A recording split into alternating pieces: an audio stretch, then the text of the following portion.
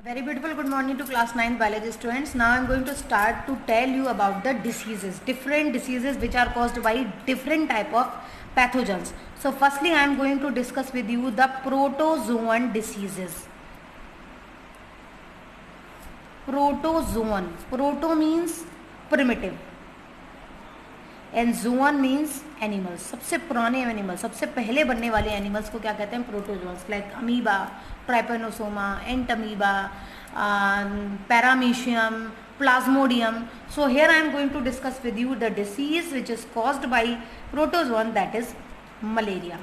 ठीक है, this is a very fatal disease for us and 2 million, about 2 million people die every year due to the malaria disease, and most of the person which are affecting with the disease are in the severe condition, and most of the time when this condition becomes severe, then they become die. Firstly I am talking about the causative agent. कौन इसको करता है? The causative agent of malaria disease is Plasmodium falciparum.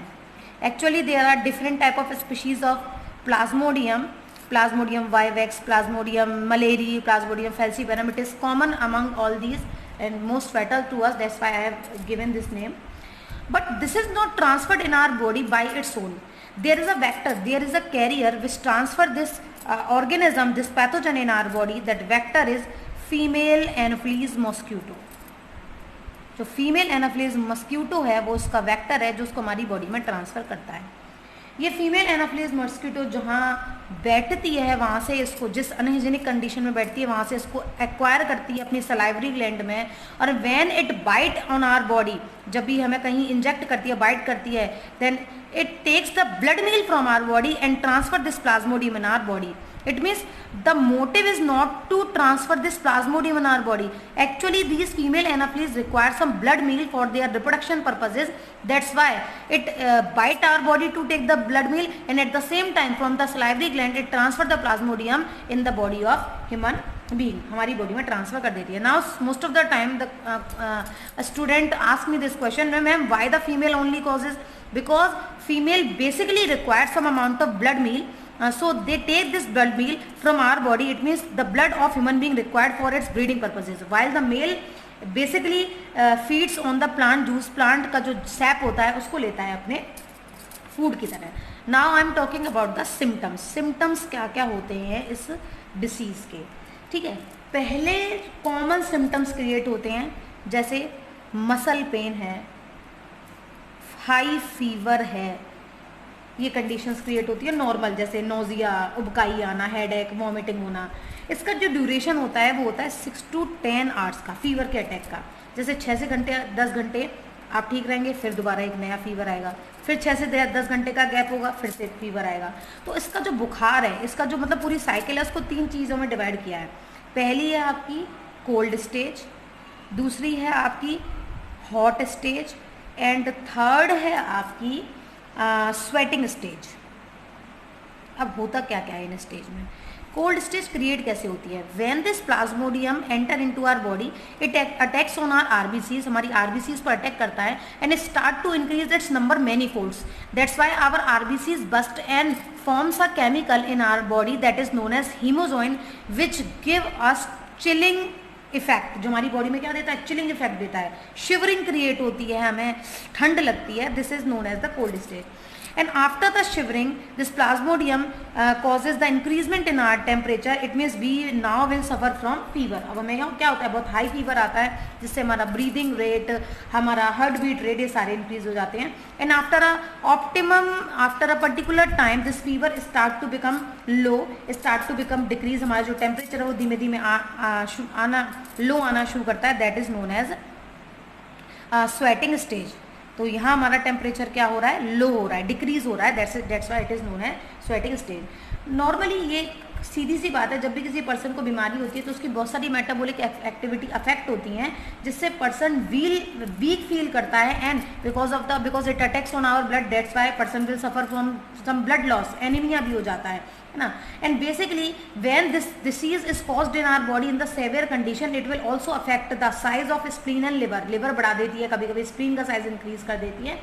So basically doctor check this disease with the help of blood test, हमारा blood test करते हैं जिससे पता चलता है कि प्लाज्मोडियम है हमारी बॉडी में जो हमें नुकसान पहुंचा रहा है। Okay, now next I am going to discuss the prevention, because cure करने से पहले क्या जरूरी है, प्रिवेंशन, हम बचें उससे, ठीक है, prevention is better than cure. So basically prevention हमें किससे करना है, वेक्टर से, जो वेक्टर हमारे अंदर प्लाज्मोडियम डायरेक्ट थोड़ी ना आ रहा हमारी बॉडी में, वेक्टर उसको पहुंचा रहा है, तो हमें वो उपाय अपनाने हैं जो हमें उस वेक्टर से बचाए। तो सबसे पहले जब आप सो रहे हैं तो आप जब मतलब जो आपकी विंडो पेन्स हैं आप उन पर क्या यूज़ करें, वायर गॉस का यूज़ करें, ठीक है। उसके बाद आप इंसेक्ट रेपेलेंट्स का यूज़ करें, ओडोमॉस टाइप जो होते हैं उनका यूज़ करें। इसके अलावा आप क्या करें, जैसे आपके आसपास की ड्रेन्स हैं, नालियाँ या खुला जहाँ गंदा पानी आ रहा है वहाँ पर आप क्या डाल दें, जो केरोसिन ऑयल होता है उसको डाल दें, जिससे क्या होता है जो ये जो वेक्टर होता है, जो फीमेल एनाफिलिस मॉस्किटो होती है उसका लार्वा ग्रोथ नहीं कर पाता है, ठीक। इसके अलावा एक और मेथड है जिसको कहते हैं बायोलॉजिकल कंट्रोल मेथड। इसमें क्या होता है बेटा कि suppose there is a pond और एनी स्टेगनेंट वाटर, कहीं पर पानी इकट्ठा हो रहा है, गंदा पानी, सीधी बात है वहाँ मच्छर जनरेट होंगे और उनमें कहीं ना कहीं प्लाज्मोडियम होगा उनके सलाइवरी ग्लैंड पे। तो भाई मान के चलें ये बहुत सारे लार्वा हैं इस फीमेल एनाफिलिस मॉस्किटो के। अब ये जब लार्वा बड़े होंगे तो मलेरिया फैलाएंगे, मतलब नुकसान करेंगे हमारे लिए, बहुत ज़्यादा बीमारी क्रिएट करेंगे। तो क्या करा जाता है, इस स्टेगनेंट वाटर में एक फ़िश इंट्रोड्यूस कराई जाती है, this fish is known as gambusia fish, उसको कहते हैं gambusia fish. This is the larvicidal fish, ये एक लार्वा खाने वाली फिश है। जब इस फिश को वाटर में इंट्रोड्यूस करा जाएगा, it feeds on the vector larva, vector के लार्वा को क्या करेगी, खा लेगी, जिससे उसका भी पेट भर जाएगा और साथ साथ में क्या होगा, हम भी मलेरिया डिसीज से बच जाएंगे। This is known as biological control. To kill a pathogen we are using not any medicine, we are using another organism to kill it, ये भी एक तरीका है, ठीक है। उसके अलावा आप इंसेक्टिसाइड भी यूज़ कर सकते हो गए, केमिकल मेथड हो गया। दूसरा, जहाँ भी पानी इकट्ठा हो रहा है वहाँ पर पानी इकट्ठा ना होने दें, जिससे क्या होगा, आप उस बीमारी से बच जाओगे। पानी इकट्ठा हुआ तो मच्छर पैदा होंगे और वो बीमारी हमें नुकसान पहुँचाएगी। एंड द ड्रग, अब आ गया बात क्योर की। तो एक बहुत आप पूछे अपने घर में भी शायद आपको सबको मालूम हो, सिंकोना जो ट्री होता है उसकी छाल, उसकी बार्क से इसकी मेडिसिन बनाई जाती है। उस मेडिसिन का नाम है, बहुत कॉमन है, quinine. And this is highly effective for the treatment of malaria because it kills this plasmodium in many of the stages. इस plasmodium को कई stages में ये क्या करता है, मार देता है। उसके अलावा if you want to create immunity for the disease, then you should take the vaccine for this disease, by which you cannot be affected by this plasmodium which is causing the malaria in our disease. Now I am going to discuss with you the next group of diseases, because there is only one disease related to the protozoan category. Now I am going to discuss with you the viral diseases. I am going to discuss with you the diseases caused by virus. Virus से कौन कौन सी diseases होती हैं ये discuss करते हैं। In this category, the first disease is influenza, commonly called flu। बहुत होता है ना, जब मौसम चेंज होता है तो फ्लू से हम बहुत ज़्यादा अफेक्टेड होते हैं। एंड द कॉजेटिव एजेंट, जो इसका कॉजेटिव एजेंट है, जो फैलाता है जो वायरस हमारे अंदर इस डिसीज़ को, दिस इज़ नोन एज मिक्सोवायरस, ठीक है। बड़ों में ही इसी बीमारी को एक दूसरा नाम दे देते हैं, निमोनिया, जो डिप्लोकोकस स्ट्रेप्टोकोकस निमोनिया से होती है, बच्चों में इसको फ्लू बोल देते हैं, बस थोड़ा सा डिफरेंस है ना। अब ये भी अलग अलग तरीके के होते हैं वायरस के according, influenza A B C अलग अलग तरह के होते हैं, लेकिन ज़्यादातर जो अफेक्ट करता है हमें वायरस को, इन्फ्लुएंजा ए और बी इन्फ्लुएंजा वायरसेस हैं जो हमें बीमारी पहुंचाते हैं। और किसी टाइम पर ये बीमारी एपिडेमिक्स की तरह, महामारी की तरह फैली थी, जिसने बहुत ज़्यादा नुकसान किया था, बहुत जनहानि करी थी, बहुत सारे लोग मरे थे इसकी वजह से, ठीक है। इसके अलावा अब इसके जो सिम्टम्स हैं वो क्या क्या होते हैं, क्या ये हमारे अंदर सिम्टम्स क्रिएट करता है। द सिम्टम्स आर दिस, कि हमारा जो नोज़ है, हमारी जो नोज़ है उसके अंदर की जो म्यूकस मेम्ब्रेन है, जो इनर लाइनिंग है, जो किससे बनी हुई है, म्यूकस मेम्ब्रेन से, उसकी जो सेल्स हैं, जो उसकी जो एपिथेलियल सेल्स हैं, उन पर क्या करता है, उन पर अटैक करता है, जिससे ये इन्फेक्शन जो हमारे अब नोज़ में आ चुका है, वो इन्फेक्शन धीमे धीमे कहाँ ट्रांसफ़र होता है, हमारे थ्रोट में, हमारे गले तक आ जाता है। और कभी कभी जब सेवियर कंडीशन हो जाती है तो ये हमारे रेस्पिरेटरी सिस्टम के, हमारा जो रेस्पिरेटरी सिस्टम है उसके अपर पार्ट को भी अफेक्ट कर देता है, ठीक है। लेकिन ज़्यादा अंदर बहुत ज़्यादा रेस्पिरेटरी सिस्टम को अफेक्ट नहीं करता है। ठीक है। It means it is only for the upper part of respiratory tract, अंदर लंग्स को बहुत ज़्यादा इन्फेक्शन इससे नहीं होता है, ठीक। इसके अलावा अब इसका तरीका क्या है, ये कैसे फैलता है, तो भाई सीधी बात है, ये किससे फैलेगा, कम्युनिकेबल डिसीज़ है तो पर्सन टू पर्सन ट्रांसफ़र होगा।